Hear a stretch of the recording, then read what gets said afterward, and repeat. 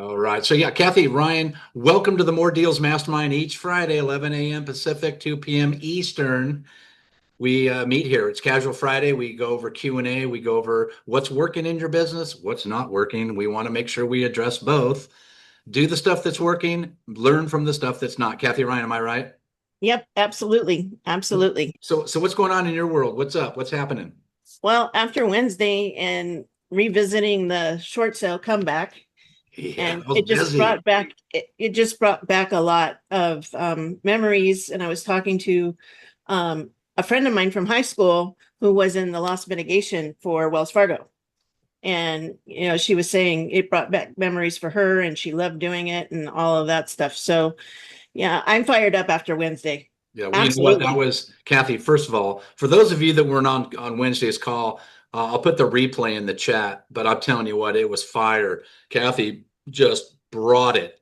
And if you're not looking at the distressed market like we should, you need to. You really do. We, of Yeah. course, we've got FISBOs, we've got expireds. Those are the ones with their hands up. If you're not calling them, you really need to start. But the pre-foreclosures, Kathy, notice the default, notice the trustee sales. Oh, that's a huge market, but it's a very different way to approach them. You don't want to just come in hot. I want your No. listing. No, I want to help you keep your home because that's what they want, right, Kathy? Yeah, they do. Initially, when you talk to them, they want to find a way to stay in their home. Yep. Uh, 95% of them can't. Um, and we talked about that. If they don't have an income, there's no way they can stay in their home. Yeah, there's a reason for Um, the distress yeah, they've got going on in their line. There's it's not everyone qualifies for a short sale. They have to have a reason for it, have but to have it a hardship. you have to have a Yes. hardship and it's got to be verified. And there's certain things that we went over. So yeah, check out the recording. I think you're going to really like it. Kathy did an amazing job. Next week, next Wednesday on the podcast, we're going to go into the cash offers and how to leverage those cash offers, not present those cash offers, leverage those cash offers to get more traditional offers. So we're going to go over that Wednesday, 1 p.m. Pacific, 4 p.m. Eastern. Go to moredealsmastermind.com. Kathy, what else? Yeah. Well, to your point of next week, to leverage them to start the conversation with the seller, especially now with the market shifting and Mhm. we're seeing a reduction in appreciation, some prices dropping, less buyers on the coming on the market looking for homes. Those cash offers, you need to know how to present them, because Robert was telling me this morning that he asked for a final offer and it came in drastically low. The investors are now being extra cautious because of the market. So, Embarrassingly low. Just, yeah, just it yeah, was oh, being 873. Oh no, I meant 650. Excuse me? right.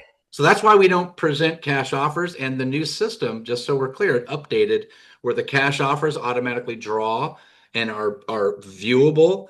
So we want to make sure we don't view the offers unless you've actually Mhm. verified them and actually said, "Hey, what's the deal?" You know what I'm noticing, Kathy, also is a lot of the responses I'm getting from these investors, these cash institutional sell or buyers, is they say, "Well, get it to us before it goes live on the market."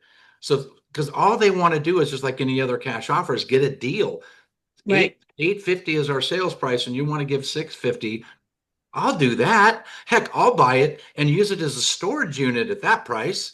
So Hmm. just remember, cash offers are to be leveraged only. Very So, few, Kathy, very few. right. Keep that cash offer, guys. So that brings up a point, and I'm going to ask you, Robert. So I get probably 5 to 10 texts a day. Do you have any off-market properties? So, um, would you, we have a fiduciary to our seller to get the highest and best price, Absolutely. right? So we all know that they're looking for a deal. You just said that. Yep.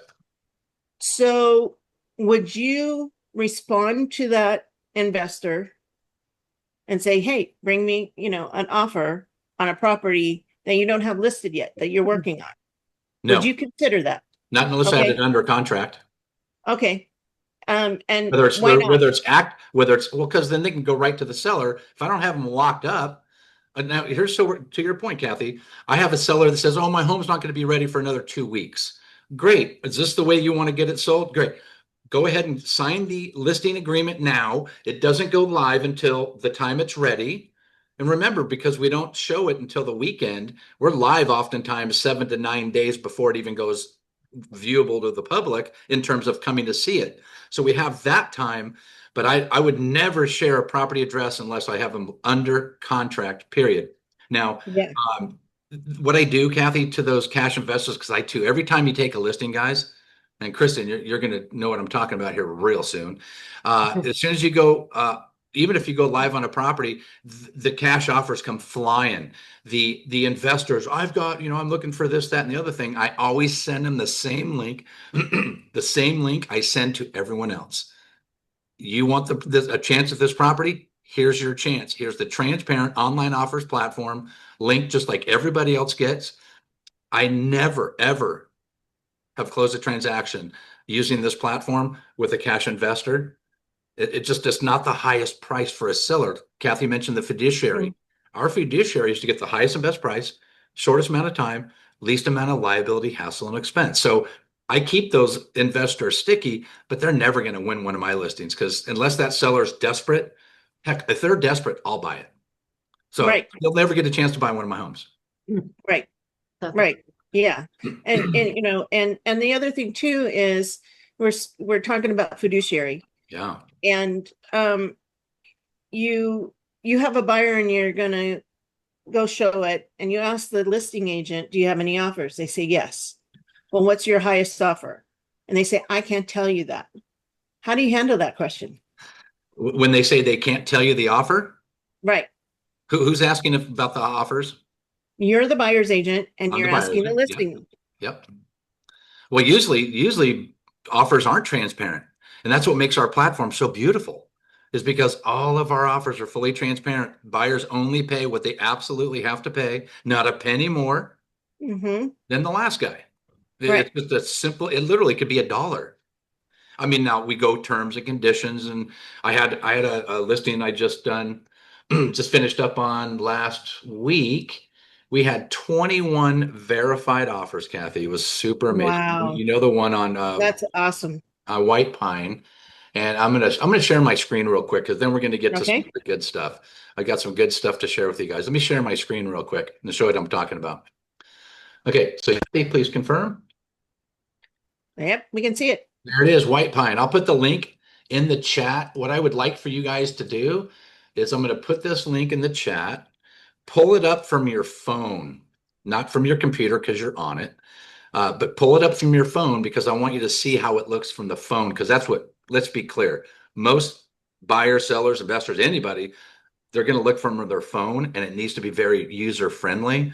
So I'm going to put that chat in the chat, the link. So pull it up on your phone and check it out. While you're doing that, let me show you how this went. This is the property address. This was our Mhm. start price, which represents the seller goal price times 15% to bring it down 85% of a strategically.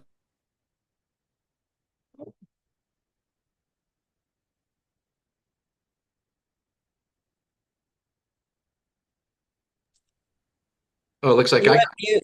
looks like I Sorry got about that. You got muted. muted. Who's muting me? Well, that's okay. I probably muted myself. It's probably my wife hacked into my computer to shut me up. No, I did it because there was some background noise. You're fine. So this is the start price, 688.5, which represents a 15% below the seller's goal price. This seller started at 688.5. We've got a couple of offers at 688.5, a couple, and they just keep climbing and climbing and climbing and climbing. And guess what? It came to the point where we had two offers with the same net. Then it comes to price, obviously, and then but terms and conditions. The top offer was all cash, close in 2 weeks, and they basically said, "Thank you, we want the house." And this backup offer was a net of 755, but they wanted compensation, closing cost credits, so their offer was substantially higher. This offer was all cash and no agent compensation. Wow. The net's still the same. So we have really strong backup offers. So my point in telling you this, if this person comes in and secures the property and comes back and says, well, I want a bunch of repairs or I want to renegotiate, that's okay. I've got somebody right here with the same net. Sure, it's going to maybe take a couple weeks longer, but what is that to the seller? If they're not going to, they're going to take it as is. So I can have a Mhm. conversation with this buyer, buyer number one, and keep this guy really close, keep this guy close, and keep this guy close That's until awesome. until contingencies are removed. We want to keep these guys close. My point in telling you this is that transparency drives the offers. Whoa, hello, drives the offers all the way to the highest the market will bear. So Mhm. that's a little bit about how that worked out. So any questions, Kathy, on this platform? No, well, just the comment, if you're not using it, you're doing a disservice to your seller. Yeah, here's another thing we talked about on our team meeting. Look at all these offers. They're every one of them are back here. Now, this agent decided it was a good idea to bid against herself, so I didn't approve that second offer because she didn't think it went through. So we went ahead and I did not approve that. So you didn't see it over here. These are 21 verified offers. Just because people submit an offer, Hmm. Kathy and I were talking before the call. She gets an offer on a property, they don't submit proof of funds and pre-approval. Guess what? You don't get verified until I get that information. So I have people that will submit an offer. If we don't get their pre-approval proof of funds, they won't be verified. Yeah. So it's Yeah. it's it's a great way to get the most for your home. So I'm going to stop sharing my screen and I'm going to open it up. John, we'll get to your question in 1 second. But first of all, I want to welcome Pamela McCarthy to the call because she's a new agent. She is rocking and rolling. Took her first listing, and we're going through seller counters and leveraging and all that good stuff. So Pamela, welcome to the call. I appreciate you being on. I want to go to Christine real quick. John, I'll get to you in 1 second, brother. Christine, go ahead and unmute yourself real quick. Yes. How are you? That's not a trick question, is it? Oh, I thought you were getting ready to ask me. Okay, more.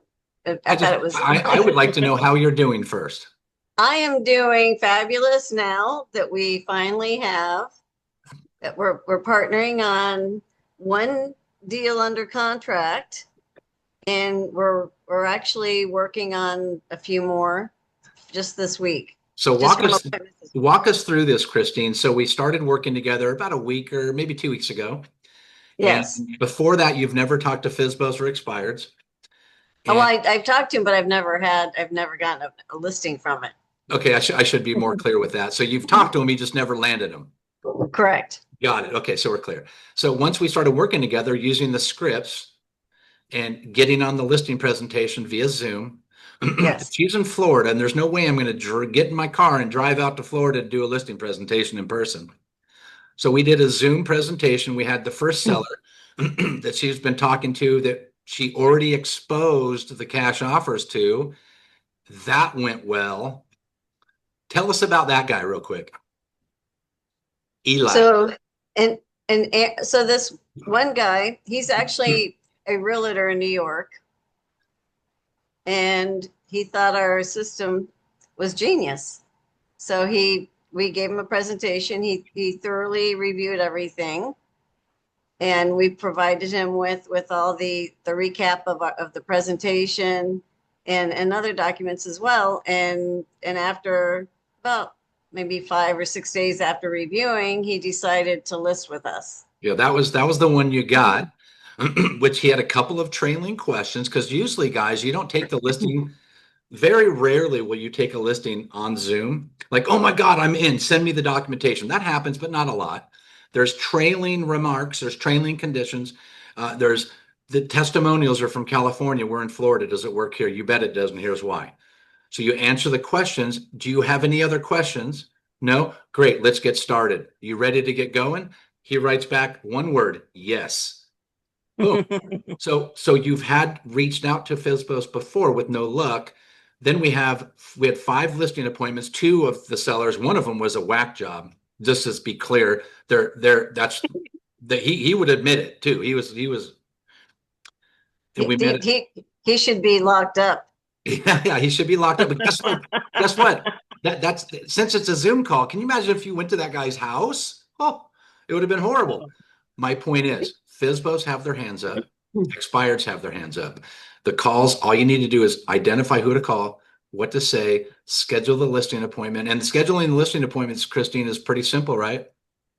Absolutely. Click a button, boom. Yep, I schedule it instantly. And Yeah. and before I was using the strategy, I was submitting all these cash offers to these FSBOs. And that's why that one whack job got really upset because I told him I had a cash offer. He got my letter in the mail. I've got a cash offer for you at market value, and he went crazy. Because they didn't offer him anything near what they initially were going to offer him. That's why we use the cash offers, is to get in the conversation with the cash offers. It's a simple conversation. You call a FSBO, call an expired. You can call any seller for that matter. We have the opportunity to provide you with multiple offers, but we need to get on a quick Zoom call to discuss your property in more detail. 3 to 5 minutes, we go over price. If they are realistic and prices, you guys are pretty close on price, then you move to the presentation.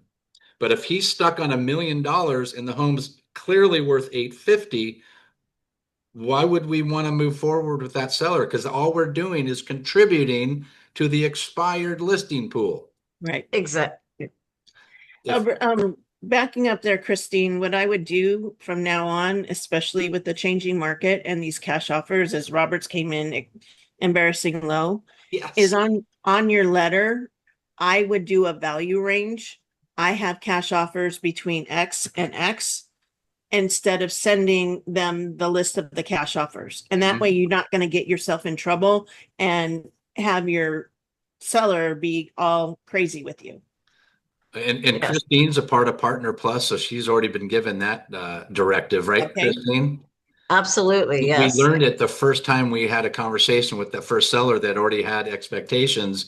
And what we did is we had to move on from that call. It was very, very, he was talking shit about my beard. He was, look at that hair. He's like, he was just bashing me. And I was like, I'm just trying to help you get to the highest and best price. If you don't want that, you have a nice day. But wait a second, I think this is a great platform. I said, I wanted to say, but I'm not working with you because you're a nightmare. You should have. He sent me, matter of fact, he sent me an invoice for his cleaning lady. We're setting up a Zoom call, and he took it upon himself to clean the house for our Zoom call. Just give you dialogue, a little background on that seller. My point is, don't be discouraged by crazy. You're going to get it no matter what. FSBO expired, pre-foreclosure, doesn't matter. Crazy's out there. Our job is very specific. Is your home available? If I was to bring you an offer, not I have offers, if I was to bring you an offer at a price that was acceptable, are you compensating?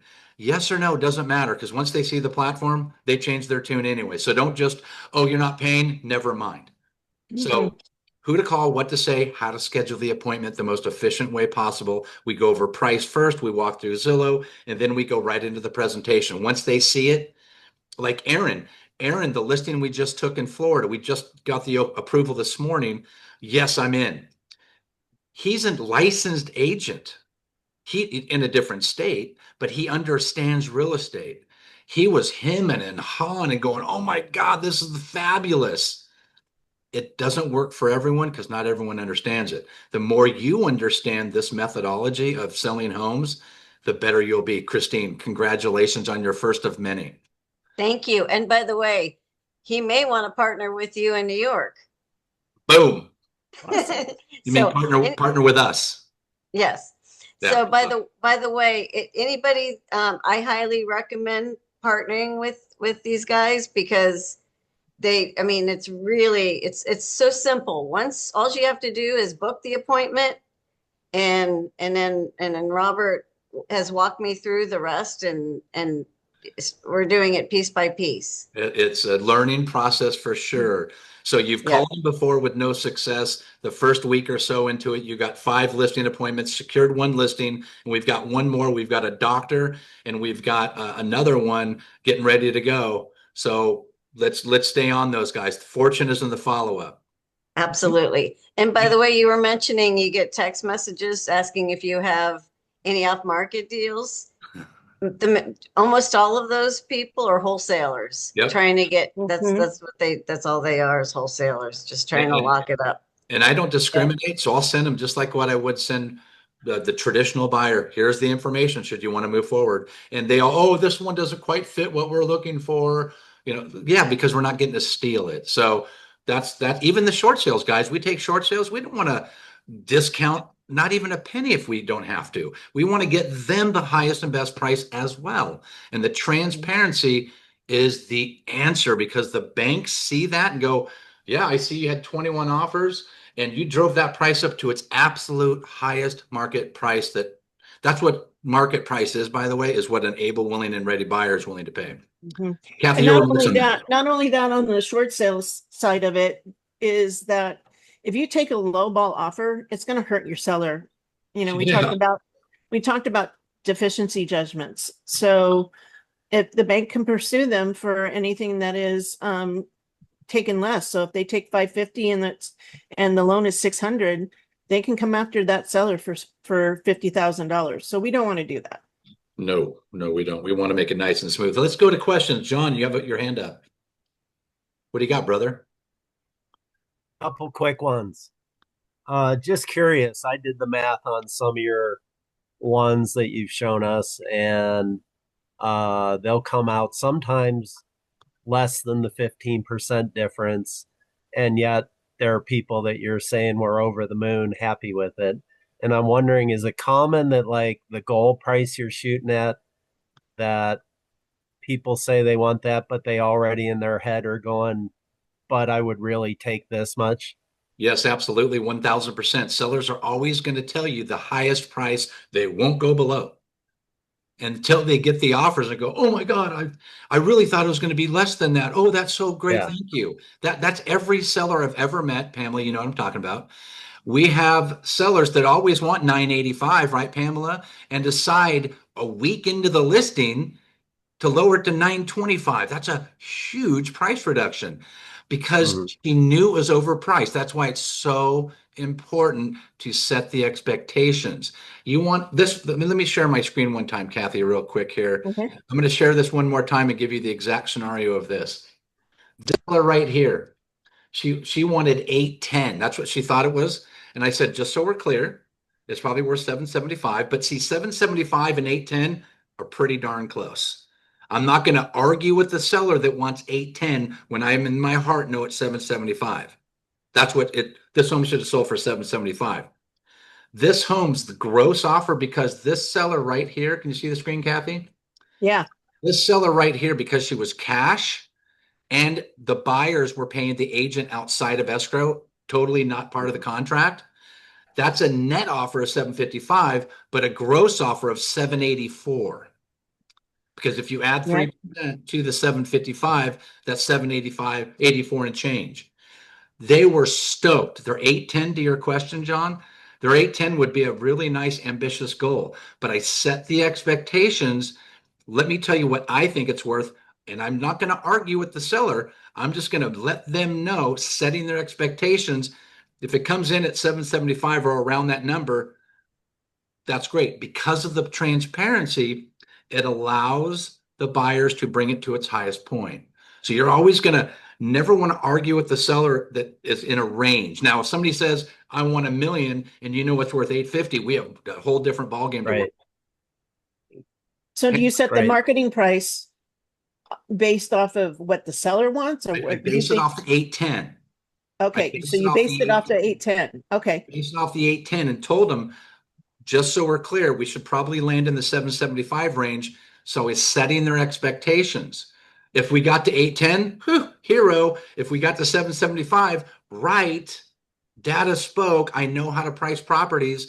The reason why they were excited is because this 755 represents a 784 gross. Most sellers think of gross, and when it's all about the net to the seller, period. John, did I answer your question? Yes. Yeah, I have another quick one. Let's go to Pamela and we'll get back to you, John. Pamela, you had a Okay. question.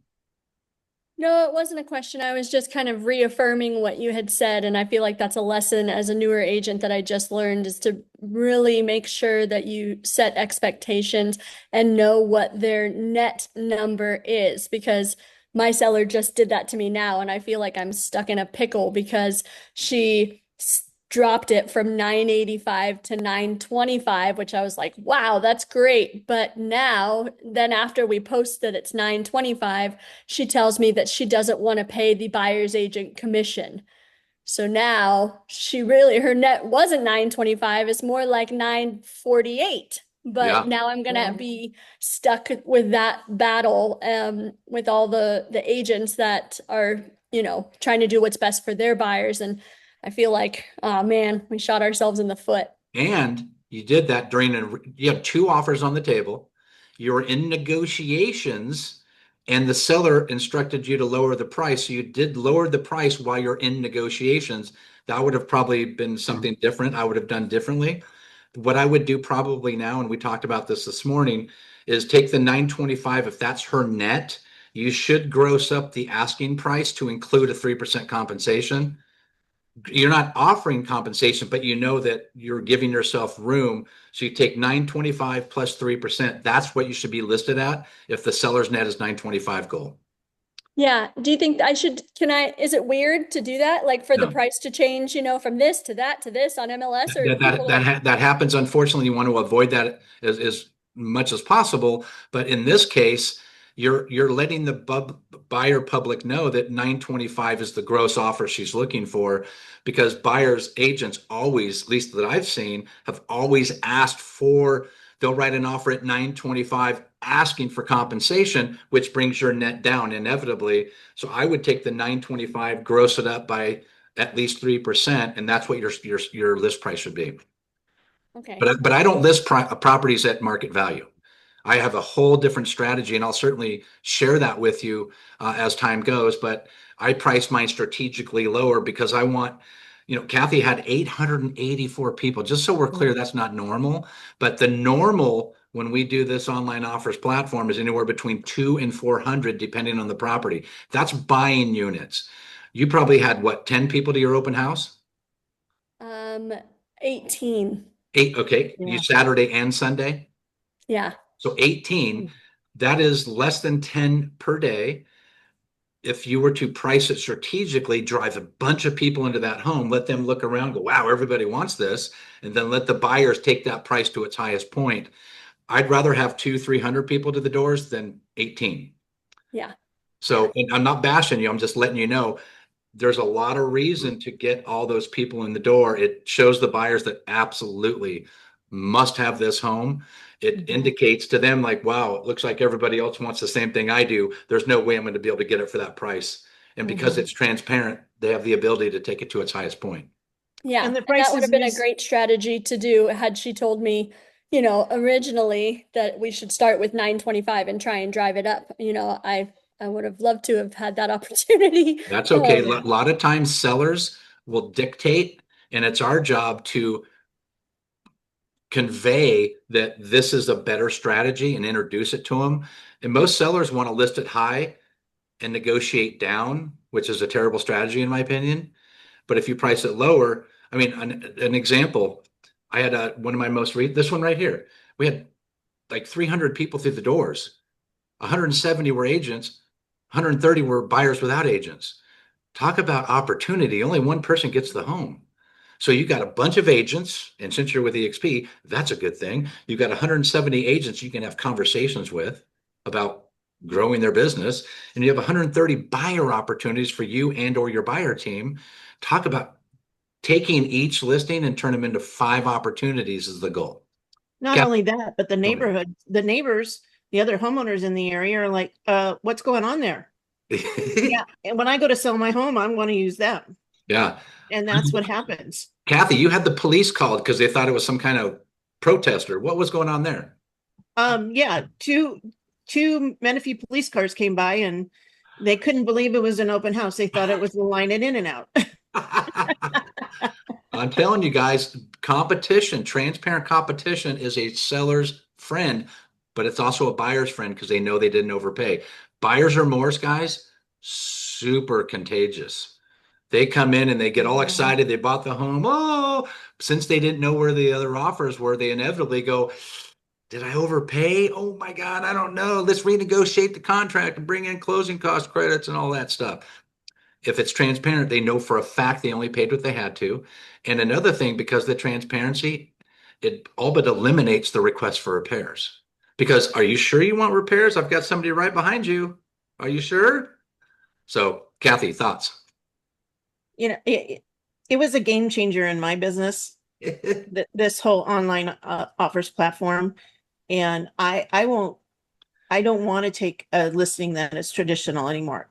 One, you're always answering the question, well, what's your highest price? Well, this way I don't have to answer, and I don't have to argue with agents. And it's like, it's all right there. And Kathy, you know what's interesting is a buyer agent. Put yourself in the buyer agent shoes. Yeah. You've got a really nice property here at 10012 White Pine. Their offers are not, you know, displayed for the public viewing. So you have no clue where the offers are. You're a buyer. You write an offer for your buyer. Your buyer agent write it for your buyer. The listing agent gets back to you and says, "Here's our highest, best, and final." Asking for your highest, best, and final multiple counter. So what do you do as a buyer agent? You just flip a coin and say, "I don't know where you need to come in. Let's come in aggressive." I don't want the liability of telling my buyer where they should come in at. I'll show them the comps. Mm-hmm. But that's a sketchy slope. Can you imagine when they're transparent? They're like, well, I know that you are under the top guy, so I bet being on top of that would be better. So Yeah. it's just eliminates so much guesswork. On the buyer's agent side, I had a referral of buyers and I showed them property. They were FHA buyers, first time buyers, needed help with closing costs during multiple offer season, during that period of time where it was just multiple offers. They lowballed 3 offers. I wrote 3 offers for them. They lowballed them and didn't get them. And I told them this. I said, you're not getting this and all of that. And the next one they wanted me to write, I said, you're going to listen to me and write it accordingly. And they said, no, we're not going to do that. And I said, well, you're fired. Hasta la vista. But if the listing agent had been using this platform, I wouldn't have had to do that because it would have told them they're way under. There would be no chance for them to get that offer, that house. That's a perfect example, Kathy, of killing the messenger. Right.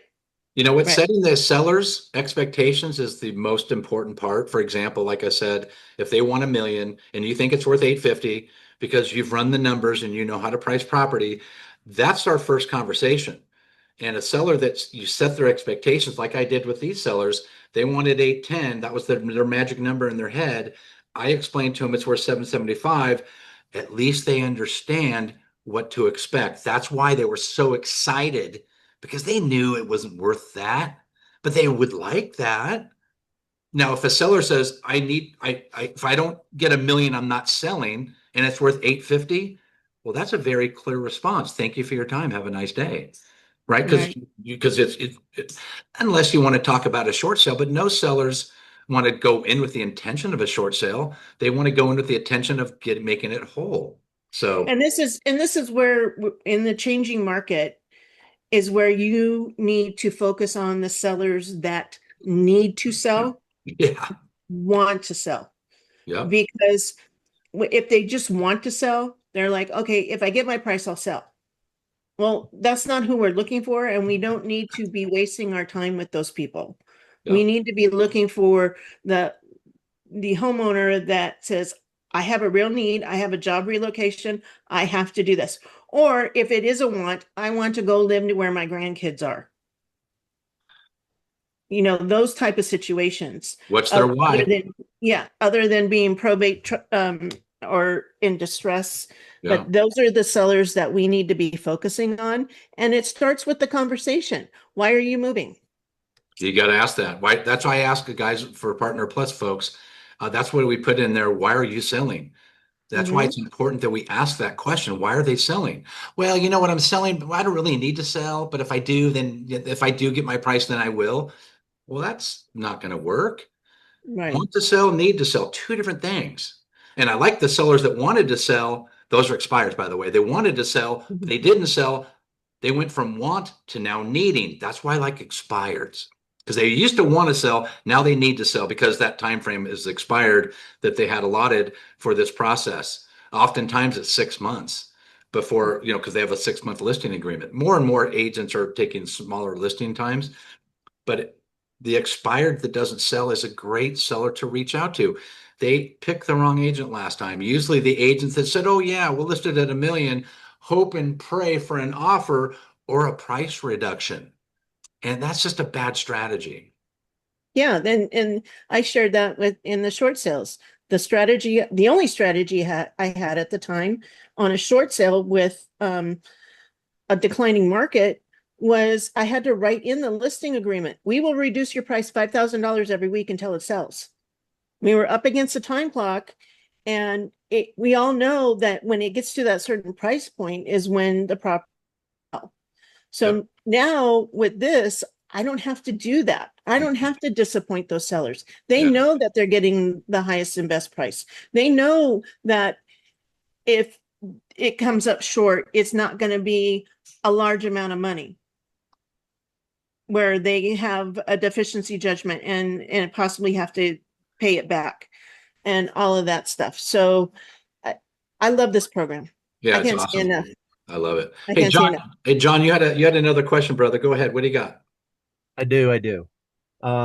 You had another property, I think, near the same time as the White Pine, and you said it was out in the boonies, Oh so yeah. you were adjusting the showing times and all that. I'm curious, like how those compared in the end. There was three sellers, mom and then son and his wife. Son and I were the ones talking. Mom's the one that makes final decisions. She would not get off that high price. So that was one of those, let me show you how it works. And they had very minimal traffic. So what we did, to your point, your question, is when you track and measure the Zillow views and Zillow saves, that gives you an indication of how successful your open house weekend will be. For instance, on White Pine, I think I was like at 6,000 views by the time the open house was ready to come, and like 600 saves. It was bananas. I knew that was going to be busy. So what I did there is I extended the open house window because I want to be able to get everybody in. I don't want to have to schedule showings and I want everybody to see everybody. So I extended the time from 12 to 4 to 11 to 4. And then I did to 5, and I extended the showings. But to your point on the Ukaipa property you're referring to, Ukaipa is, well, Kathy, you know where that is. It's out in the Mhm. sticks, smaller buyer pool. So we're getting, and the pricing strategy was pretty solid, but the buyer pool was extremely small. Mhm. Very few. So what I did is instead of 12 to 4 Saturday, 12 to 3 on Sunday, my normal time frame, we eliminated Sunday and reduced Saturday. So what we did is we went from 12 to 4 to 12 to 3 and eliminated Sunday. Because if you're seeing less views, you need to make those adjustments accordingly. Now you can pick Sunday. I don't like working Sundays. Let's just be very clear. So I will always get rid of Sunday first and shrink down Saturday if I need to. And that worked out really well because everybody's in the room at the same time, even if you have a small buyer pool. And really remember, it only takes two to have fun with Right. this platform. Mhm. Now, if you have a property that's got one buyer on the whole planet, don't expect it to be a bidding war. But if you've got more than one person, you have two people that want the home equally as bad, then that constitutes a bidding war. So you just got to track and measure your numbers. Look at Zillow, and that's your best indication, in my opinion. Also, how many calls are you getting? How many appointments? I have every single agent. Sure, it's an open house. I don't call it an open house. I call it a by appointment only showing because I want the agents to register. That gives me a kind of an indication of how popular this property is going to be. On the Santee property, White Pine, I booked, they were all booked up. So that's why I extended to 11, extended to 5. Extending is fine, but detracting, if it's less, you got to detract that showing time. To answer your question, I know there's a long answer. Yeah.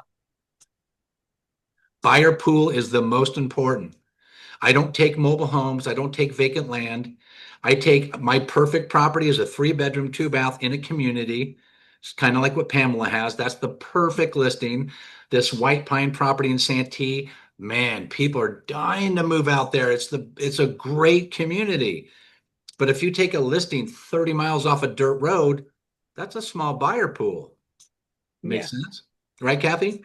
Yep. I mean, it takes a certain kind of buyer, just like Ukaipa. Ukaipa is far away from everything and commuting and all of that. My brother lived there. He had a 5-acre property there in Ukaipa, and he's a contractor. All his clients were in Newport Beach.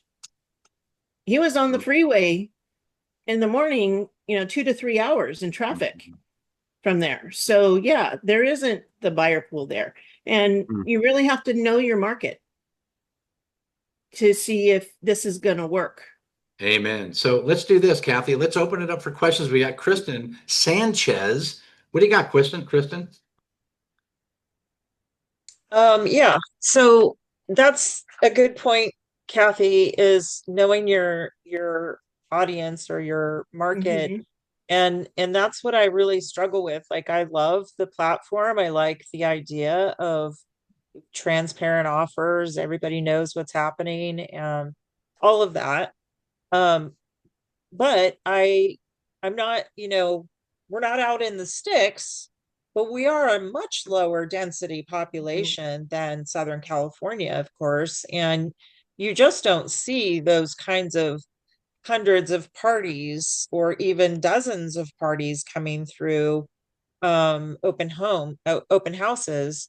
So I really am like worried that if I try this with a client, that it's really not going to pan out, and pricing so low before below market value is going to end up getting us an offer, yeah, maybe over what we priced it, but under the market value. And so that's my challenge, is like, how do I approach this platform with my market that Yeah. isn't as strong a buyer pool? I You, have someone in mind for this. your market's a little bit unique because you are a college town and a resort town. People go there to vacation. They have second homes there. They don't necessarily have principal residence all the time. So, is this property in town or is it further out?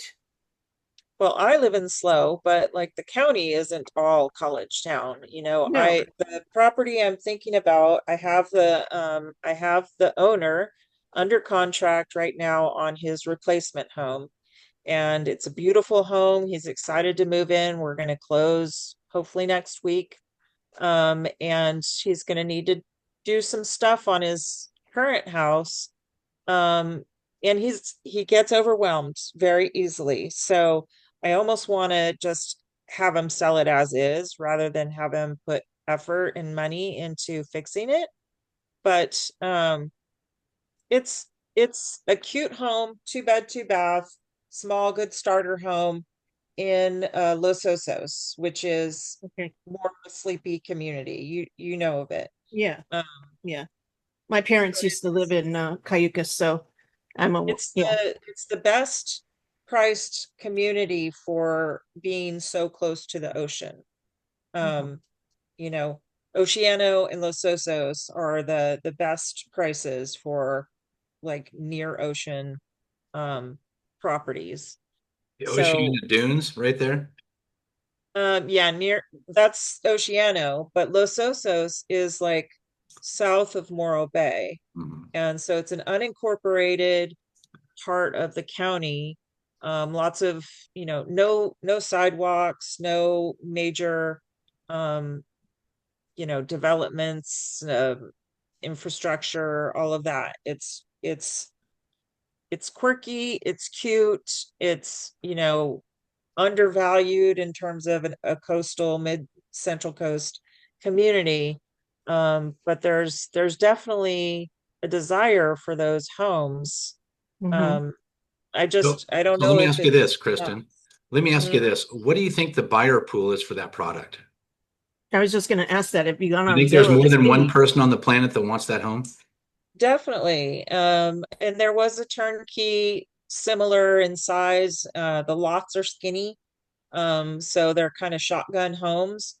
Um, and it was a turnkey quality condition. And it sold in less than 5 days. That was 3 months ago. Interest rates have not done us any favors.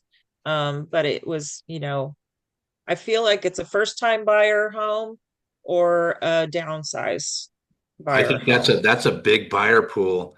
I would personally, if you want, I'd be more than happy to walk you through what I would do for that property because that'll take probably another half an hour and we don't have the time. But I can tell you Mhm. this, that is a perfect property to do this with. As long as your Yeah. pricing strategy and your expectations of the seller are in line, then you price it. You got to make sure your seller and your number is relatively close. Like my 810 to 775, that was about as far as I would travel. But if it's too big, if the sellers want too much, it always starts off with that. Because if you price it strategically lower than a ridiculous already price, you're not moving the needle. You got to make sure when Mhm. you move the needle that it's going to drive traffic. So if it sounds like a first time home, a move down home, that looks like a really good buyer pool. And I would And a certainly fixer. recommend you look at it. It is a fixer. So there's that, but it has so much Price potential. fixes that. Hmm. As long as I come from the REO world, as long as it's broom swept condition, you'll be fine. If it's a hoarder house and you can't walk in the home, that's a different story. But if it's at least in broom swept condition and you price it right, you should have no problem getting a lot of. Now, will you get the 300 people? No, that's still setting expectations. Hmm. And you don't know until you try it because worst Yeah. case, the seller has the right to accept, counter, reject any offer, and then you can reboot it as a traditional listing if that's what they so choose. But if you do it properly, you should have massive success. He also has architectural designs for a complete remodel with a second level and a rooftop patio. That's Um, certainly a great selling point to bring that up at the open house. okay. I wouldn't recommend they do all of that work because it'll be a No. different dynamic. But in this seller's case, he's already got another home. That would be a Hmm. great way, great property to you have a good enough buyer pool to do that property. yeah, I just Yeah. went on Zillow for Los Osos, and there's a 3 bedroom, 2 bath, oh no, 2 bedroom, 2 bath, 1,200 square feet, and it has 533 views and 30 saves. Hmm. How long on the market? 4 days. 4 days. That's good numbers. I mean, Yeah. we're at 4,000 views usually, but yeah, that's still good numbers. That means Yeah. the views, those views indicate buyer pool. Hmm. The Right. saves indicate open house traffic. I think it'd be a great property, Chris, and I think you should try it. And if you have any questions, I'd be more than happy to walk you through it. What Yeah. I would show you what I would do with that property, and you can take that from there. Okay. Yeah, I'd like to check it out with him. It's 850 square feet, so it's a smaller home, 2 bed, 2 bath, but But the other homes are probably relatively close to that, right? Because that's usually how it works. yeah, RVM is on RPR is 740. And what do you think it's worth? I think probably closer to the mid to high 600s. Okay, so then, yeah, because I'm finding those RVMs. I don't know what they're drinking or smoking, but those the VRMs, and all the different algorithms that these cash offer people use, it's they're not accurate. That's why it's good old fashioned legwork going into the MLS, finding out really what that home is worth, pricing it, and coming up with your price, like you're an Hmm. appraiser. 3 solds, 3 actives, and come up with your bullet point bullseye number, and then you price it from there. Yeah, Hmm. very good. Yeah, I'd like to connect with you then, Robert, Yeah, and see you what have we my can do information, about right? this. I do. Okay, cool. Other questions, guys? Norm, what do you got over there? I see you're over there just chomping at the bit to help people grow their business. Well, I was just listening to everything, and yeah, I look back at all the years that we've been doing this, and the number of people that I've had through, and then the homeowners that come by the house and go, "My God, what are you doing here?" And has it changed? Yeah, it's changed. We just sold a little one. We were running on an average of 20 to 25 buyers through the house an hour, and we did it for 2 days. And I didn't have a final number that I could accept. So that's where our professionalism comes in at negotiating that final price. We ended up well, about 15% over what the highest offer was when we got done working all the buyers. So don't think it's done when it's done, because it's not Mhm. necessarily done when it's done. You Yeah. still have a whole group of people that have raised their hands and said, "Hey, I want to buy it." They just didn't give you the number. Now we got to work the number. Yep. So Well, it's that's a a huge point is, the seller can always accept or counter any offer.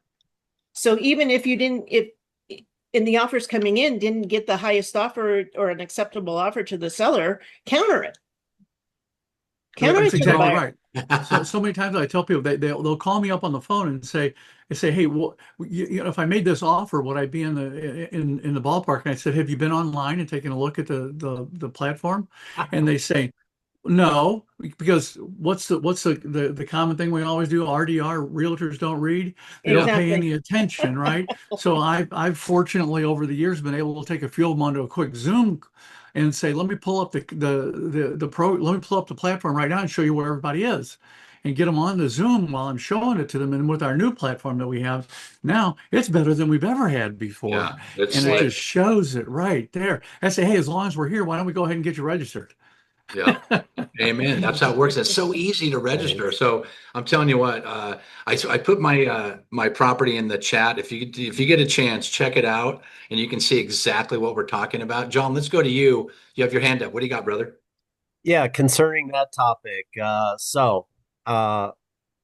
so you take the top offers, you talk to those few people, and you get things up higher. How do you deal with that on the platform as far as transparency? If you're talking to four people and they all come back, are they doing it through the platform, or all of those showing up? I'm gonna share my screen and I'll give you a perfect example to your question. Give me 1 second. Hold on. I'm gonna share. Kathy, let me know when you see it. Okay. Okay. Okay. To your question, John. See this offer right here, 755? Yeah, See this offer, 755? yeah, This offer, 750? yeah. Those are the top three offers. What I did is because these are all so close, I took these guys and I basically let them know, thank you for placing your offer. The seller is now calling for your purchase contract and supporting documentation. I ask them about the transparency. What do you think about the transparency? This is basically a last call for if you feel like it's leapfrog time, this is the time to do it. So this offer right here came back at 761.5. And I didn't ask them to do that. The transparency automatically created that sense of, wow, this guy and I are at the same number. I'm going to sweeten my offer, make it super clean. Here's the terms and conditions the seller wants. I'm going to write my offer as close to that as possible. The top three each came up as well because of that, where the other ones did not. My point is, it is still transparent, but all I'm doing is calling for offers because right now their offer may not even be in the system. Now they can put their offers in here. Look at this right here. They can put their offers in. Let me just show you this one offer right here. This right here, this is Amber's. She's a great agent.